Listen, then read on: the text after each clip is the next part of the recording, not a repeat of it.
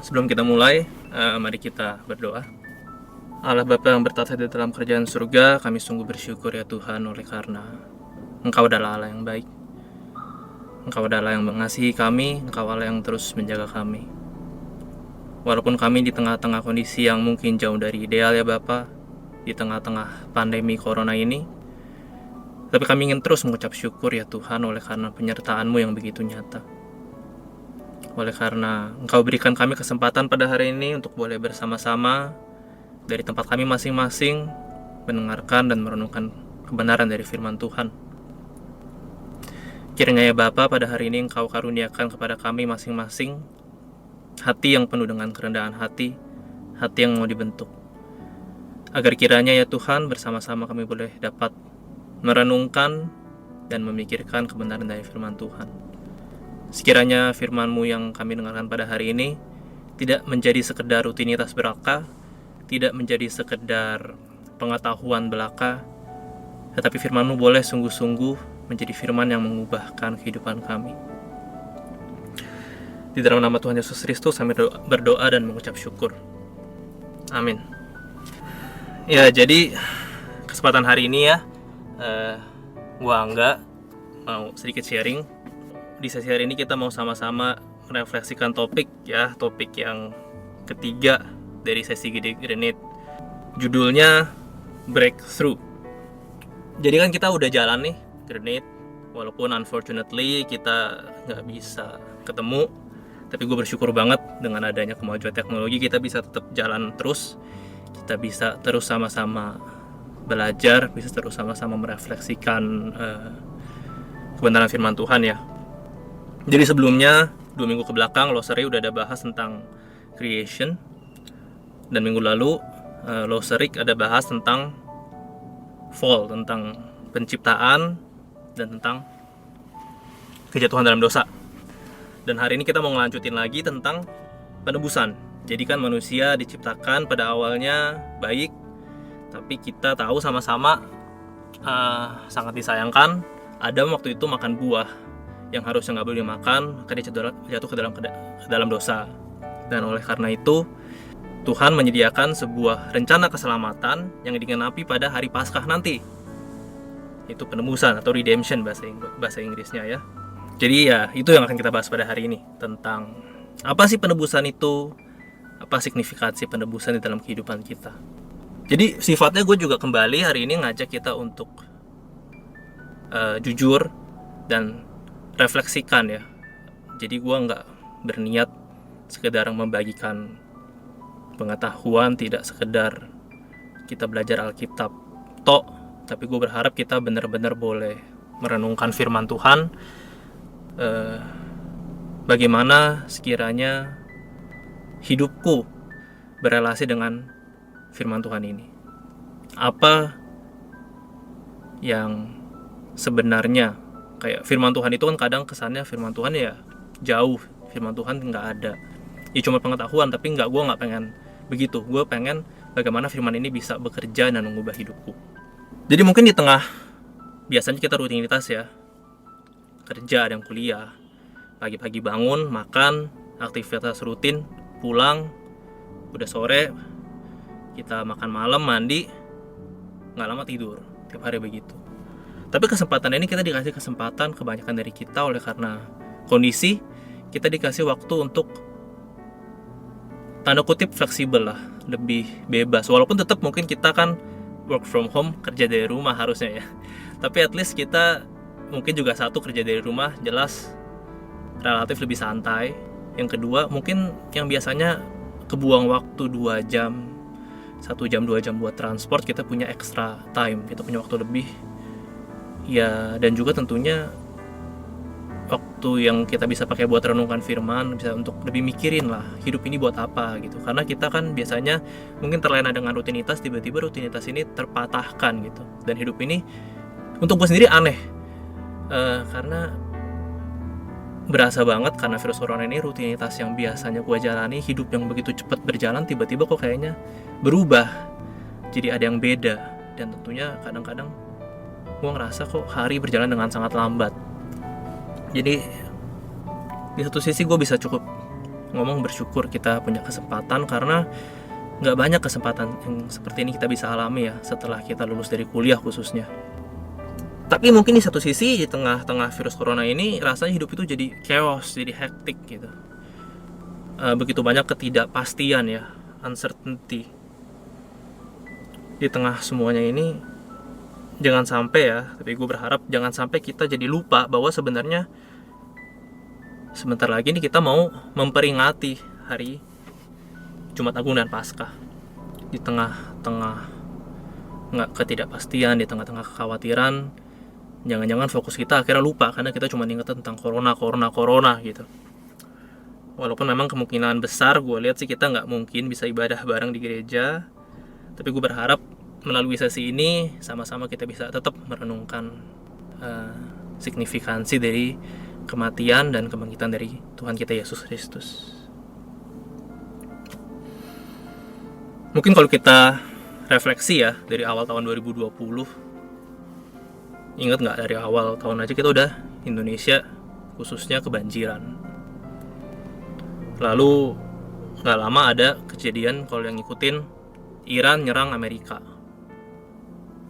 Terus sekarang yang heboh-hebohnya virus corona. Bahkan sebenarnya kalau kita ikutin berita di Australia ada bushfire dari tahun lalu ya. Terus nggak lama kemarin Gunung Merapi meletus.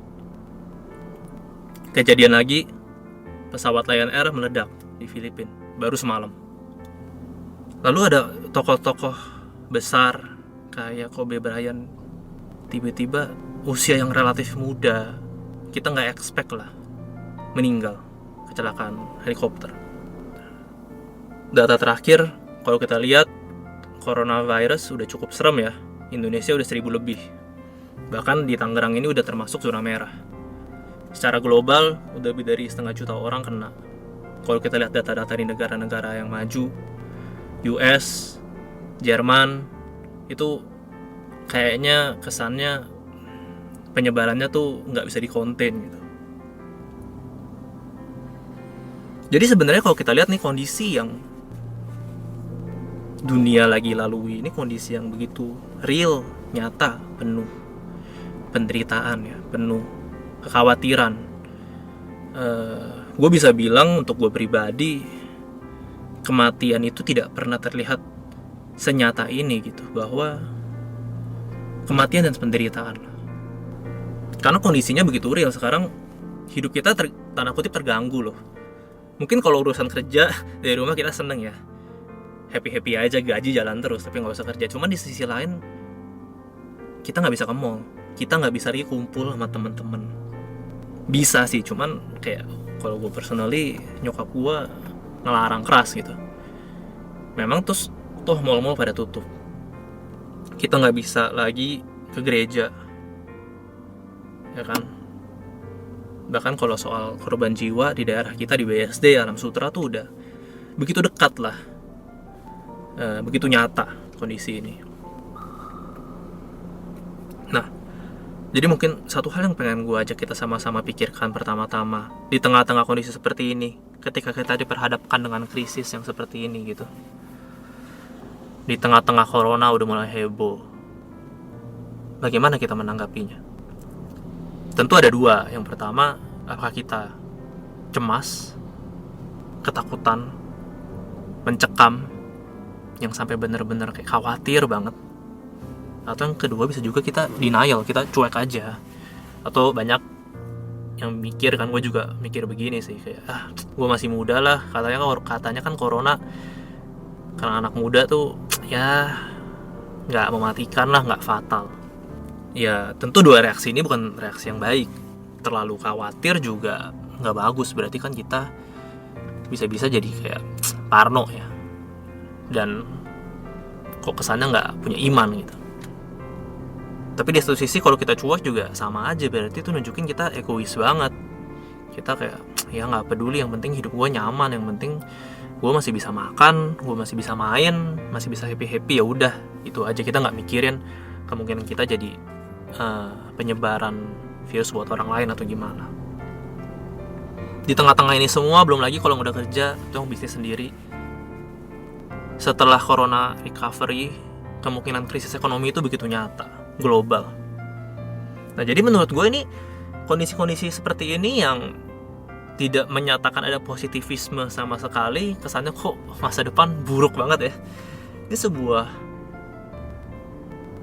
bukti konkret ya menurut gue kalau sebenarnya mau kita akuin gak kita akui, mau kita peduli gak kita peduli, suka gak suka, bahkan untuk orang-orang yang gak percaya Tuhan pun harusnya bisa sadar dan melihat bahwa oh iya ya, dunia ini kok kayaknya begini banget ya, bahwa sebenarnya kok semuanya ini jauh dari ideal ya, kayaknya dunia ini ada masalah gitu. Karena penderitaan dan kesulitan itu yang tadinya mungkin kita nyaman dan gak pernah merasa terancam, ternyata ancaman-ancaman yang ada itu begitu nyata gitu. Dan ini menyatakan bahwa sebenarnya menurut gua dunia ini jelas banget membutuhkan solusi, membutuhkan juru selamat. Kecuali kita anggap ya kerusakan-kerusakan dan kematian-kematian ini adalah hal yang normal lah, itu lain cerita. Tapi karena pada faktanya orang yang mikir begitu, kenapa kalau mau jujur dalam hati, kalau ada orang terdekat dari kita meninggal, kita merasa sedih, kita merasa kehilangan, kita nggak merasa ya mati normal gitu. Kenapa di saat kita mengalami kesulitan, walaupun kita dalam mau mikir kayak ya ini mah memang begini gitu, tapi kenapa dalam hati tetap pasti jujur kita merasa akan lebih baik kalau gue nggak mengalami ini ya. Menurut gue karena sebenarnya, dan memang banyak ini, bahkan orang-orang ateis, filsuf ateis pun ngomong, somehow tuh kita sadar bahwa sebenarnya harusnya hidup tuh nggak begini. Ya ada sih orang-orang yang ngomong ya memang hidup nggak ada makna, sekian gitu, kayak apa adanya, hidup itu memang jalanin aja. Tapi kenapa mereka nggak mau bunuh diri, kenapa mereka tetap membuat makna sendiri, itu kenapa? Karena sebenarnya dalam hati terdalam kita nggak bisa ingkari ini bahwa dunia yang ada sekarang ini harusnya nggak begini. Dan gue mau propose bahwa sebenarnya memang kita dari awal diciptakan untuk hidup kekal. Kita diciptakan untuk menikmati kenyamanan dan kepuasan. Itu yang memang Kristen ajarkan. Oleh karena itulah, apa bentuknya ya, bentuk kepuasan itu kita akan cari. Karena pada dasarnya manusia diciptakan tidak untuk menghadapi penderitaan dan kematian. Jadi sebenarnya ini kan yang dijelaskan dari sesi Rick, bahwa garis besar narasi Alkitab itu kan dimulai dari penciptaan di Taman Eden yang ideal, tapi karena kita jatuh dalam dosa, maka akhirnya semuanya rusak kan, ada kematian, ada penderitaan. Nah lalu sekarang melalui kasih karunia, oleh karena Yesus begitu mengasihi kita, maka dia datang ke dunia untuk menderita, untuk mati di salib, untuk menebus dosa kita, untuk menyelamatkan kita, ya kan? Dan itulah kenapa untuk kita umumnya Jumat Agung Paskah itu momen yang sangat penting kita nanti-nantikan. Karena pada momen inilah Yesus sang anak Allah datang ke bumi. Dia menderita sengsara dan mati di atas kayu salib. Mati buat kita semua gitu loh. Buat kita semua yang percaya kepada dia, sehingga kita menerima dia sebagai juru selamat dan kita beroleh keselamatan. Karena dia adalah juru selamat kita. Dan ini adalah, gue yakin kita semua setuju, ini good news, ini berita yang luar biasa indah, luar biasa penting. Dan kemarin Rick ada juga kan udah jelasin sesi kemarin, yang belum dengar bisa boleh tolong dengerin, bagaimana manusia itu berdosa, dan dosa ini begitu parah, begitu busuk, ini nggak bisa kita solusi, kita nggak bisa menyelesaikannya, dan dosa ini imbasnya benar-benar merusak. Makanya di dunia ini ada penderitaan segala macam ini karena dosa. Maka kita butuh diselamatkan. Cuma kan pertanyaannya, Yesus menebus kita dari dosa, itu maksudnya gimana? Yesus juru selamat, gua diselamatkan. gue diselamatkan dari apa? Menurut gue ini kadang kita take it for granted. Kita terlalu kita nggak pernah benar-benar mikirin, karena kita ngerasa ini otomatis saja. Pokoknya aku percaya Tuhan, aku selamat dari apa? Selamat dari dosa, selamat dari maut. Maksudnya gimana? Udah, yang penting nggak perlu tahu, yang penting aku percaya Tuhan Yesus, aku selamat. Yang penting nanti kalau aku mati, aku nggak akan menderita gitu loh. Yang penting itu. Sering banget kita dengar gitu kan. Pokoknya sekarang kita udah diselamatin, titik. Nanti kalau mati aku masuk surga, masuk neraka, aku hidup kekal, gak menderita selamanya gitu. Padahal dipikir-pikir ya, kalau kita ngomong hidup kekal, percaya gak percaya Tuhan, sama-sama hidup kekal gak sih? Cuma yang satu hidup dalam sukacita kekal, yang satu hidup dalam penderitaan kekal gitu. Makanya jadi sebenarnya kita harus mikir dulu, kita sebenarnya gak gitu ngerti juga ya, diselamatin maksudnya apa. Dan yang kedua, pertanyaan gue, kalau kita even gak merasa tahu kenapa kita perlu diselamatin, kita nggak tahu kita diselamatin dari apa gitu. Kalau mau jujur, sebenarnya kita merasa kita perlu diselamatkan nggak sih? Apakah kita sebenarnya merasa benar-benar kita butuh untuk diselamatkan? Apakah kita butuh juru selamat? Kalaupun kita ngomong kita butuh, kita akan mikir ya, tapi kan gue udah selamat, udah percaya sama Tuhan Yesus. So what? Yang penting aku percaya, aku mati itu masuk surga. Gue pengen ajak kita refleksi, sama-sama mikir sedikit. Let's be real ya. Kita jujur. Apakah kita benar-benar merasa kita butuh diselamatkan? Mungkin ada yang merasa hidupnya sulit dan menderita. Kondisi ekonominya buruk, mungkin juga kesehatannya nggak baik. Intinya hidupnya tidak nyaman lah. So, karena hidup ini sulit, oke, jelas lah gue butuh juru selamat. Gue butuh banget diselamatin dari kondisi yang tidak menyenangkan ini. Tapi ada juga yang mungkin hidupnya nyaman, ekonomi oke lah, segala keinginan relatif tercapai, adalah mungkin ketidaknyamanan sedikit, tapi overall life is good man. Oke. Jadi gue butuh diselamatin dari apa? Dari dosa.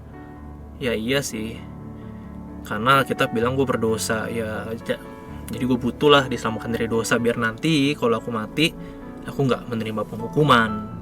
Nanti aku mati kekekalan, aku juga nyaman hidupnya, ya kan. Tapi in general, kalau mau jujur, untuk sekarang nih, untuk urusan dunia ya gue nggak butuh juru selamat juga sih. Hidup gue nyaman gitu, gue merasa hidup fine aja. Tapi ya memang nanti kalau gue mati, tentu gue butuh juru selamat dari dosa kan gitu. Jadi kubu 1, kubu 2, menurut gue sebenarnya nggak ada beda, karena dua-duanya menurut gue tidak konsep keselamatannya menurut gue ya bukan itu keselamatan yang Tuhan janjikan dari kita. Nggak sekedar begitu. Dan gue pun jujur, gue berada di dalam posisi yang sama. Gue nggak bener-bener sering kali merasa gue butuh diselamatkan dari dosa. Kita nggak bener-bener merasa bahwa dosa ini mematikan in a real sense gitu loh. Kenapa? Karena secara fakta gue nggak merasa gue bakal mati besok. Masih muda woy, hidup masih panjang. You only live once. Jalanin hidup, nikmatin. So gue udah cukup banget sibuk nih hidup gue, banyak kegiatan. Gue udah cukup sibuk sekarang menjalani hidup ini. Gue udah cukup sibuk untuk bertahan hidup, mencapai cita-cita. So ya udahlah ya, kalau keselamatan atas dosa dan maut itu urusan nanti. Kalau keselamatan dari kebutuhan ekonomi, percintaan, ya oke lah, Tuhan aku butuh sekarang, itu yang aku butuh sekarang. Tapi kalau keselamatan in the sense dari maut yang sejati, itu urusan nanti. Karena berarti apa? Kesannya kekristenan, keselamatan yang Tuhan tawarkan, keselamatan atas dosa, itu urusan spiritual aja, urusan nanti ketika aku mati. Karena faktanya, umumnya gue lihat ketika kita ngomong penebusan di salib, ada dua kurang lebih ya biasanya. Yang pertama, Yesus mati di salib sehingga aku yang telah ditebus dari dosa ini, aku bisa dimampukan untuk hidup kudus, supaya nanti aku bisa masuk surga juga. Toh ini yang paling penting di dalam sense bahwa keselamatan itu Tuhan menebus kita dari dosa, meliberasi kita dari dosa, memberikan kebebasan atas kuasa dosa, maka aku nanti masuk surga. Yang penting nanti, bukan sekarang. Karena kekristenan bukan yang fisik, makanya kita menentang namanya teologi prosperity, kita menentang teologi kemakmuran. Keselamatan itu nanti, hidup kekal. Gue pengen singgung sedikit, ini pandangan yang sebenarnya sangat-sangat platonistik, sesuai dengan pandangan Plato, bahwa yang material ini sekondari, material ini di bawah kelasnya dibanding yang spiritual. Spirit adalah yang ultimat, kenyataan yang nyata. Ini bukan pandangan Kristen, tapi pandangan platonistis. Karena pandangan ini berarti apa? Berarti Injil ini cuma soal nanti. Injil ini cuma soal tentang aku masuk surga. Kalau begitu, sekarang di dunia harus ngapain? Sehari-hari kita nunggu nanti kita mati. Injil itu nggak ada, kematian Kristus itu nggak ada efeknya. Itu urusan aku nanti, hidup ya hidup. Aku harus jalanin ya jalanin seperti biasa. Toh, keselamatanku, asuransi udah aku pegang, udah aman. Kalau ini yang kita pahamin tentang kematian dan penebusan yang telah Tuhan Yesus berikan, nggak heran kalau kita merasa Injil yang kita hidupi itu nggak relevan. Nggak heran hidup kita tuh biasa aja, be aja. Karena Injil ini baru ada efeknya untuk kita ketika urusan nanti setelah aku mati. Umumnya orang akan pakai ya memang kan Tuhan ngajarinya begitu. Yohanes 14 ayat 2, ya kan? Ada di rumah Bapakku banyak tempat tinggal, jadi dipersiapkan rumahnya di sana. Tapi gue akan bilang ini adalah sebuah miskonsepsi. Pandangan yang kedua adalah Yesus sudah mati di salib menebus dosa gue, sehingga sekarang aku adalah orang Kristen yang seorang pemenang, harus bisa hidup semaksimal dan se-excellent mungkin. Karena tentu Tuhan selamatkan aku, berikan aku tanggung jawab. Gak cuma sekedar masuk surga. Hidup dunia ini aku harus maksimalkan jadi the best version of myself. Gue harus kerjakan keselamatan ini. Caranya gimana? Ya kita harus impactful, kita harus bekerja sebaik-baiknya di dalam hidup, karir, pekerjaan. Kita harus bisa memfulfill yang kita bisa lakukan gitu loh. Talenta Tuhan berikan, kerjakan semaksimal mungkin. Gimana caranya biar kita bisa ya terlihat jadi terang dan garam dunia, ya kan? Semua gue lakukan buat Tuhan. Achievement itu penting. Karena melalui achievement kita, melalui hidup yang excellent, maka nama Tuhan dipermuliakan. Toh ini kan alasan Tuhan tebus kita. Kristen itu beda. Ini bagus banget. Tapi gue pengen coba, ketika kita ngomong gue harus impactful, gue harus hidup perfect, gue harus hidup maksimal, orang lihat. Kenapa sih harus begitu? Apa alasannya? Sekilas secara praktikal ini bagus dong, ini kekristenan yang penuh holistik gitu, yang kayak Kristen itu bukan cuman soal keselamatan nanti tapi sekarang, dan ini sangat baik buat dunia. Setuju, konkret, baik. Tapi gue cuma pengen ngajak yang punya pemahaman seperti ini untuk berhati-hati. Apakah benar definisi sukses itu adalah sukses bahwa ya berarti kalau aku bisa mencapai prestasi-prestasi ini baru aku berhasil ngerjain keselamatanku? Apakah Injil hanya bekerja di ranah soal ngomong kamu jadi seperti dunia, lebih dunia, dan sukses, dan itu adalah definisi kamu mengerjakan keselamatanmu? Ngerti nggak? Karena kalau untuk gue, sukses yang kita ukur hanya dari harta, kekayaan, kesuksesan, walaupun mungkin memang tujuan utamanya baik ya, kita ngomong untuk Tuhan ya. Ini adalah pandangan yang sangat Aristotelian banget, sesuai dengan pandangan Aristotle bahwa kesuksesan, kebahagiaan manusia yang ultimat. Kalau tadi Plato kan ngomong secara spirit, ini secara materi. Kita bisa nyatakan di dunia ini. Ini biasa pakai Filipi 2:12 tentang ya kerjakanlah keselamatanmu. Nah, dua-duanya sebenarnya nggak salah. Cuman gue cuma bilang ini bukan apa yang Tuhan Yesus telah ajarkan kepada kita. Keselamatan itu satu memang nggak cuma sekedar masuk surga. Tapi di satu sisi keselamatan juga bukan cuma sekedar aku hidup maksimal dan ideal. Kenapa? Karena kalau kita punya pemikiran begini, kita akan antara jadi orang yang kayak monk, kayak biksu di gunung petapa, memotong diri dari dunia. Itu yang pertama. Yang kedua adalah kita jadi orang akhirnya jadi mengejar, kita akan menilai aku sukses tanda kutip mengikut Tuhan kalau aku bisa jadi juga sukses yang ditakar dengan cara ukur dunia. Permasalahannya apa? Ini sebenarnya punya akar permasalahan yang sama. Karena kita sama-sama tahu, oke, kita berdosa, kita diselamatkan, kita butuh juru selamat. Tapi kita terlalu banyak berpikir di ranah yang jadi fokus kita itu nggak jauh-jauh dari diri kita sendiri. Yang kita cari hanyalah keselamatannya tok kan. Banyak banget dari kita jadi Kristen biar apa? Biar selamat. Tuhan Yesus mati biar aku selamat. Gak jauh-jauh dari situ. Karena sebenarnya gue pengen argumentasikan Yesus mati buat menebus dosa kita, ya kan? Tapi penebusan ini intinya adalah untuk menyatakan kerajaan Allah. Yesus mati agar kita semua, anak-anaknya,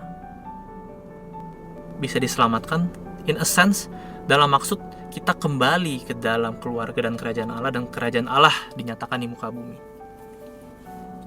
Untuk bisa memahami maksud gue pengen coba rangkum sedemikian rupa cerita Alkitab dari awal sampai akhir. Oke. Jadi pertama ceritanya, Alkitab itu bercerita tentang di awal Tuhan Allah yang baik menciptakan dunia yang begitu indah, segalanya baik, dan Dia menempatkan manusia di tengahnya, Taman Eden, ya kan? Taman Eden, manusia yang merupakan gambar dan rupa Allah diciptakan, ditempatkan untuk menjadi raja dan priest, ya. Kalau baca king, priest itu kan role orang Israel. Jadi sebenarnya Adam dan Hawa itu adalah raja dan juga priest di Taman Eden, yang dimana mereka harusnya berkuasa atas bumi. Tetapi karena dosa, karena rebellion yang pertama, rencana ini akhirnya rusak. Kita yang manusia itu yang gambar Allah, rupa Allah, raja yang harusnya ideal, rusak, jatuh ke dalam dosa, ya kan? Oleh karena itulah, kalau kita lihat sepanjang itu, dosa itu identik dengan diusir, exile. Adam dan Hawa diusir dari Taman Eden. Tapi Allah menjanjikan keselamatan melalui Abraham, bangsa pilihan Israel. Nah, sempat dijanjikan apa? Tanah perjanjian, untuk kembali ke dalam tanah perjanjian, return from exile. Jadi sebenarnya kalau kita baca cerita Alkitab itu selalu dalam tema umat pilihan diberikan tanah karena dosa, diusir, diberikan janji untuk kembali. Bangsa Israel pernah dalam masa kejayaan masuk ke dalam tanah Kanaan, tetapi karena dosa kembali exile. Dan pada akhirnya sampai terus berjalan, mereka di dalam penjajahan, pindah-pindah kan, Babylon, Assyria, terakhir Roma. Nah, di dalam pemerintahan Roma inilah datang seorang Mesias. Mesias itu apa? Mesias itu adalah yang dijanjikan untuk membebaskan mereka. Redemption, pembebasan, keselamatan dari penjajah, untuk kembali ke tanah perjanjian. Jadi Israel yang di dalam exile, pembuangan karena dosa, Mesias akan datang untuk menaklukkan penjajahan dosa, membawa mereka kembali ke tanah perjanjian, menyatakan kerajaan Allah. Dan di sana ketika kerajaan Allah dinyatakan, artinya apa? Secara literal, Allah Abraham, Isaac and Jacob, Yahweh, bertahta sebagai raja atas seluruh bumi, Dan kita anak-anaknya, Israel baru yang berada dalam perjanjian baru, adalah sebagai raja dan priest yang turut bekerja di dalam kerajaan Allah. Oke. Jadi Yesus itu datang bukan sekedar mati nyelamatin kita dari dosa itu dalam sense kamu masuk surga, enggak.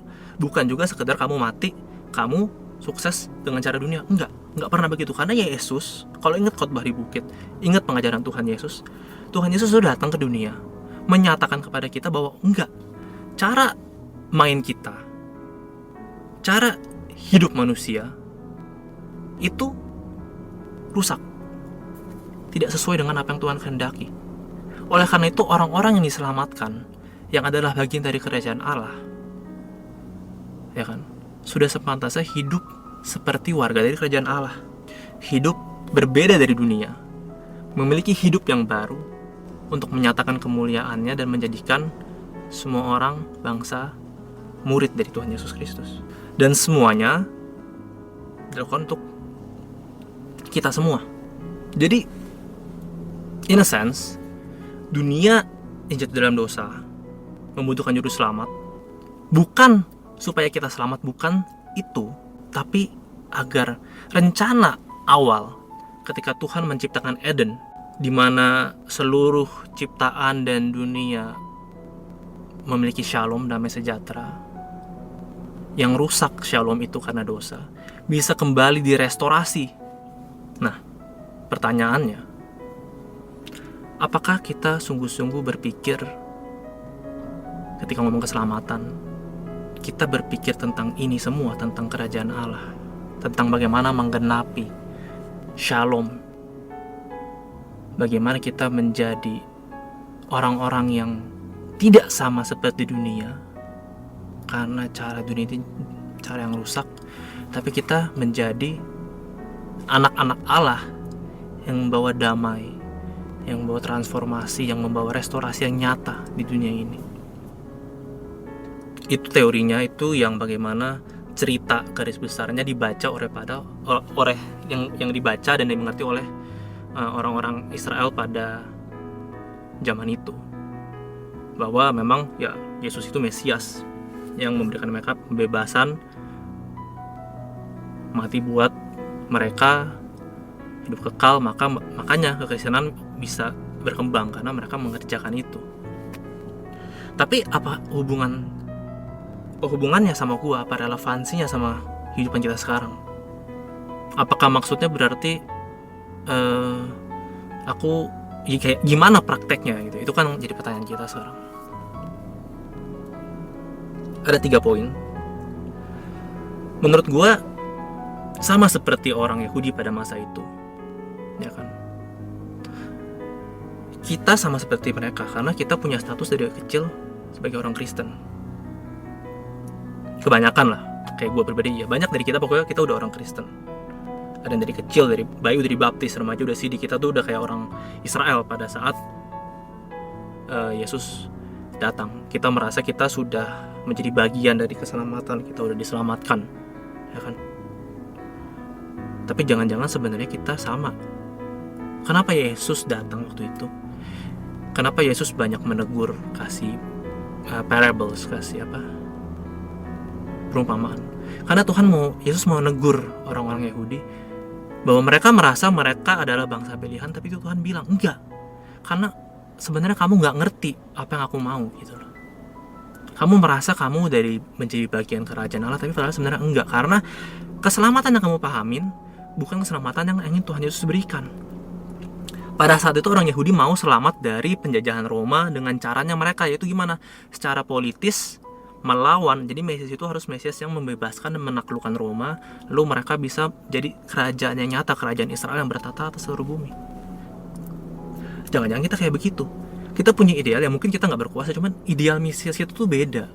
Mesias kita itu Mesias yang ya sekedar nyelamatin aku dari dosa, lalu hidup ini nggak ada artinya.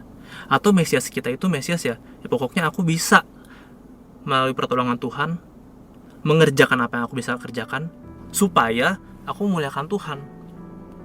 Itu yang pertama. Yang kedua mungkin enggak lah, aku ngerti semuanya ini, aku percaya sama Tuhan Yesus, dan makanya karena aku bertobat, aku akan terus melayani dia, bekerja dengan sebaik-baiknya. Aku akan jadi excellent, aku akan menyatakan aku orang Kristen yang berbeda, tapi aku excel.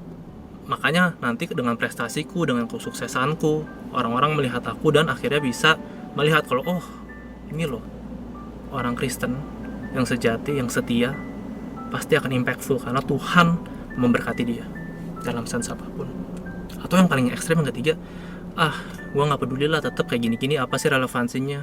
Ini kan soal cerita kuno, gue nggak butuh keselamatan, pokoknya mau lu ngomong apapun, gue nggak butuh, toh hidup gue oke-oke aja. Tapi pada kenyataannya yang pertama, oke, bener Tuhan Yesus mati buat kita punya hidup kekal. Tapi kembali, itu udah lihat kan, bahwa keselamatan itu bukan soal itu gitu loh. Kalau kita terus berpikir bahwa keselamatan itu soal aku masuk surga, maka Injil ini adalah Injil yang abstrak dan gak ada relevansi apapun buat kita.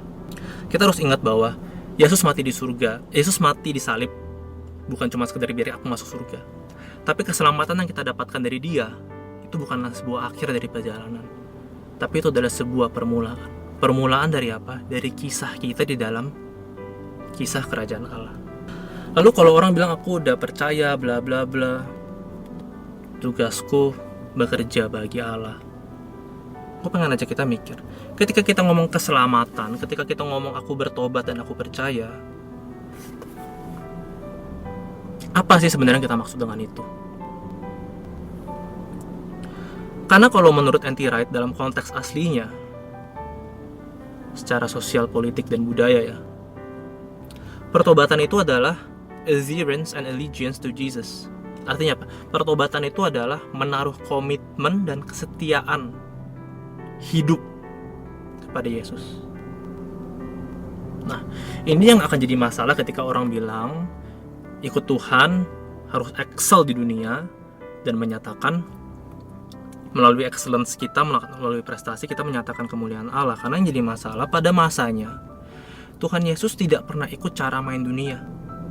Tuhan Yesus tidak pernah ngejar prestasi yang dunia anggap tanda kutip ini baru berprestasi.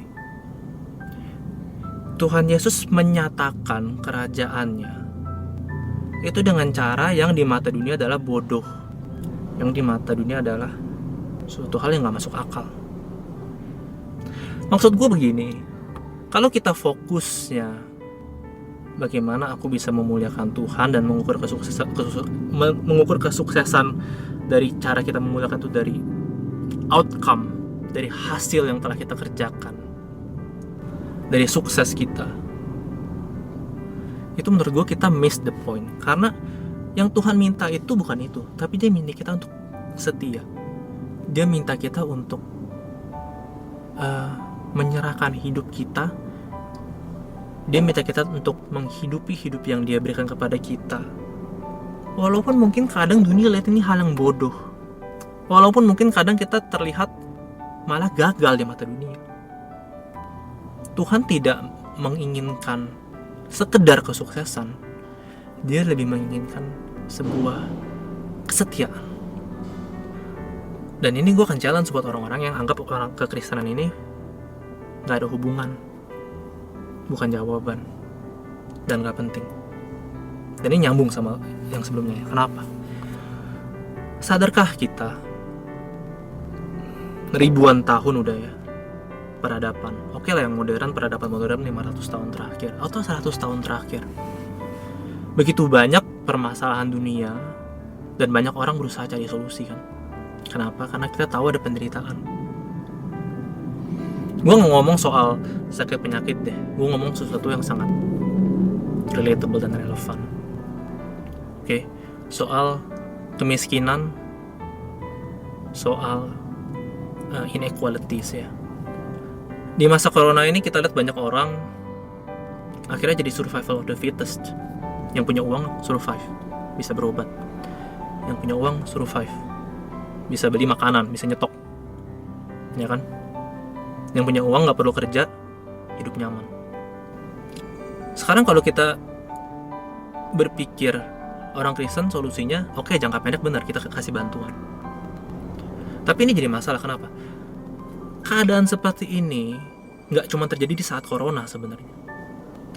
Model ekonomi dunia yang jalan secara masif dan global yang umum itu kan kapitalisme, bener nggak? Kesuksesan itu kita ukur dengan resources yang kita punya, dengan material yang kita punya. Oke. Ini gue ajak berpikir idealistik banget ya. Kalau orang Kristen main dengan cara dunia, berpikir dengan cara dunia, ngerjain bisnis dengan cara dunia, pikir baik-baik. Nggak akan ada perubahan dari sistem ini. Karena kita akan main di dalam framework yang sama. Kita bisa menyumbangkan duit sebanyak-banyaknya. Tapi percayalah, filantropis orang-orang baik itu banyak dari dulu, nggak cuma orang Kristen. Dan pasti kita akan tetap menjaga in a point gitu, satu level kenyamanan kita, benar nggak? Dan itu adalah alasan kenapa sampai sekarang terus ada kemiskinan, sampai sekarang terus ada penderitaan dan ketidak inequalities. Dunia mau solusikan itu nggak pernah bisa. Tapi kalau kita lihat cara berpikir orang Kristen pada masa mula-mula, tidak memiliki ownership masing-masing semua satu keluarga kerajaan Allah. Maksud gue apa? At the very least, gue akan ngomong sulit, hampir mustahil kalau kita mau merealisasikan itu di dunia sekarang, ya kan? Tapi kita harus pikir ulang, kalau kita mau bermain dengan framework dan cara main yang sama dengan dunia, kita bungkus, itu tidak memberikan solusi yang sesungguhnya. Karena solusi yang sesungguhnya itu, dunia ini udah broken. Oleh karena itu orang-orang Kristen dipanggil menjadi anak-anak Allah, mengerjakan kerajaan Allah. Itu jauh lebih dari sekedar mati masuk surga. Itu jauh sekedar dari aku hidup yang excellent, bukan. Tapi bagaimana kita bisa menjadi seperti Kristus kecil? Kita bisa hidup normal, tapi kita punya value, kita punya virtue, kita punya nilai-nilai itu berbeda sama dunia. Jadi ini bukan soal apa yang kamu kerjain, bukan soal seberapa sukses hidup kamu, bukan, lebih mendasar. Tapi soal apa nilai yang tertanam di dalam hatimu, apa yang membuat kamu melakukan apa yang kamu lakukan. Apakah itu untuk kesuksesan? Apakah itu gak ada makna, tinggal ngisi hidup sampai mati, nunggu mati masuk surga gitu? Atau kita ngerti, aku ini hidup ditempatkan Tuhan buat something, be a part of kerajaan Allah, untuk membawa damai, untuk membawa orang-orang bisa mengenal Tuhan. Dan inilah penebusan yang telah Kristus berikan bagi kita. Kita yang telah diberikan janji hidupan kekal, juga diberikan kesempatan, identitas baru untuk menjadi bagian dari kerajaan Allah. Bagaimana ketika dunia berkata tentang aku, bagaimana dunia tentang bagaimana aku bisa hidup, bagaimana aku bisa survive, kita bisa berkata, bagaimana kita bisa sama-sama diselamatkan, bagaimana kita bisa sama-sama menjadi keluarga. Ketika ada orang yang menderita, yang kelaparan, mereka yang merupakan korban dari sistem dunia, dari kerajaan bumi. Karena ada dua kerajaan Allah dan kerajaan dunia.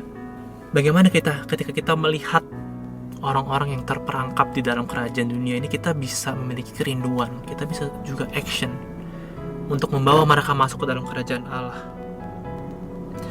Bagaimana ketika kita yang harus hidup di dalam dunia yang begitu kotor, yang begitu sulit, bagaimana kita bisa tetap setia dan menjadi terang di dalam kegelapan ini? Sebab ingat, aku pengen tekan yang lagi, betul penebusan Tuhan adalah penebusan kita dari hukuman kekal. Betul penebusan yang Tuhan berikan itu menebus kita dari dosa. Tapi bukan cuma itu. Penebusan yang Yesus berikan bukanlah penebusan yang sekedar bikin kita masuk ke surga dan hidup ini hidup yang gak ada artinya. Penebusan itu juga bukan soal penebusan yang memberikan kita kemampuan untuk sukses di dunia, bukan. Penebusan itu ada penebusan yang menyeluruh, penebusan yang akan memutarbalikkan dunia, penebusan yang akan mengubah framework berpikir kita. Penebusan yang membawa kita masuk menjadi bagian kerajaan Allah yang sudah datang dan sudah digenapi secara penuh melalui Yesus Kristus, yang nantinya akan dinyatakan di dalam kepenuhan kemuliaannya ketika Yesus datang yang kedua kalinya. Dan tentu ini bukan hal yang mudah, karena memang Tuhan bilang dunia akan memandang nilai-nilai ini dengan hal yang bodoh, kebodohan. Kita akan mengalami kerugian, kita akan mengalami penderitaan. Tapi kita harus ingat bahwa Tuhan menjanjikan bahwa apa yang kita kerjakan ini bukan hal yang sia-sia, dan Dia akan menggenapi janjinya. Dia akan memberikan kita sukacita yang penuh. Tapi pertanyaannya, ketika kita melihat bahwa keselamatan yang Tuhan berikan itu keselamatan yang tanda kutip mudah karena kita cuma cukup percaya, tapi ternyata nggak semudah itu. Keselamatan yang datang dengan tanggung jawab, keselamatan yang datang dengan, tapi sebenarnya kita akan bilang tanggung jawab ini sebuah privilege yang juga tentunya akan diikuti dengan kesulitan, penderitaan. Tetapi di dalam semuanya itu kita dapat berjalan bersama Tuhan, dapat menikmati persekutuan yang indah dengan Tuhan. Apakah kita mau menerima keselamatan yang seperti ini? Apakah kita sudah benar-benar percaya? Apakah kita sudah benar-benar mengikut Tuhan? Karena Dia telah mati di salib untuk menebus dosa. Dia menderita. Kita dibawa masuk ke dalam kerajaannya dengan harga yang mahal. Mungkin itu yang pengen ajak kita renungkan, khususnya di masa-masa seperti ini, ketika hidup jauh dari ideal, ketika ancaman kekurangan makanan, sakit penyakit, apa yang ada di kepala kita? Apakah kita berpikir, gimana ya biar aku bisa selamat? Atau kita bisa berpikir, apa yang bisa aku lakukan pada saat-saat seperti ini untuk membantu orang-orang di sekitarku, untuk menyatakan kerajaan Allah, untuk menjadi terang di tengah-tengah dunia yang penuh dengan kekacauan ini. Mari kita berdoa. Bapa yang baik, kami sungguh memohon pertolongan-Mu ya Bapa. Kami sungguh memohon pengampunan-Mu. Oleh karena seringkali ya Tuhan, di dalam kehidupan kami sesungguhnya tidak benar-benar mau mengikut Engkau. Kami memiliki ideal-ideal kami tersendiri. Bahkan di dalam kami memahami keselamatan yang Engkau berikan pun, kami memiliki agenda-agenda di baliknya. Karena kami begitu terlena dengan kenyamanan. Kami begitu terlena ketika Engkau memberkati kami dengan begitu luar biasanya, sehingga pada akhirnya kami malah dibutakan. Kami mengikut Engkau dengan syaratnya bahwa aku dapat merasa nyaman. Padahal kami tinggal di dunia yang penuh dengan penderitaan, penuh dengan sakit penyakit, dan fakta kematian tidak pernah bisa luput dari siapapun. Dan Engkau, Allah yang telah memberikan solusi, Engkau yang menyatakan kasih-Mu, Engkau telah memberikan kami jawaban atas setiap kesulitan yang kami harus alami. Tetapi seringkali kami gagal ya Tuhan. dalam melihat keindahan, dalam mencintai Engkau. Tuhan, kiranya Engkau berikan kepada kami masing-masing sebuah hati yang baru. Engkau nyatakan kasih-Mu, Engkau nyatakan keindahan daripada kemuliaan dan rencana-Mu ya Tuhan. Sehingga mata kami yang buta dapat dicelikkan. Hati kami yang terbuat dari batu bisa Engkau berikan, bisa Engkau lembutkan. Engkau berikan kami hati yang baru, agar kami bisa melihat kebenaran dari firman Tuhan. Kau bisa melihat rencana besar Tuhan dalam kehidupan kami, agar kami tidak lagi melihat segalanya dari kacamata kami yang begitu kecil, tapi Engkau bukakan ya Bapa, rencana-Mu yang begitu indah, yang melampaui segala akal dan pemikiran kami. Engkau berikan kami kemampuan untuk bisa percaya.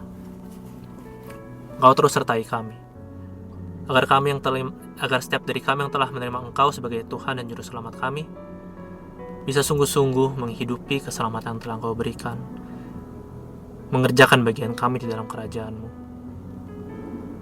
menyatakan rencana-Mu di muka bumi ini, dan agar kami bisa terus memiliki pengharapan, menantikan kedatangan-Mu yang kedua kalinya, ketika Engkau sungguh-sungguh datang dan bertahta dan berkuasa dan merestorasi secara penuh segala ciptaan melalui kasih setia-Mu yang besar.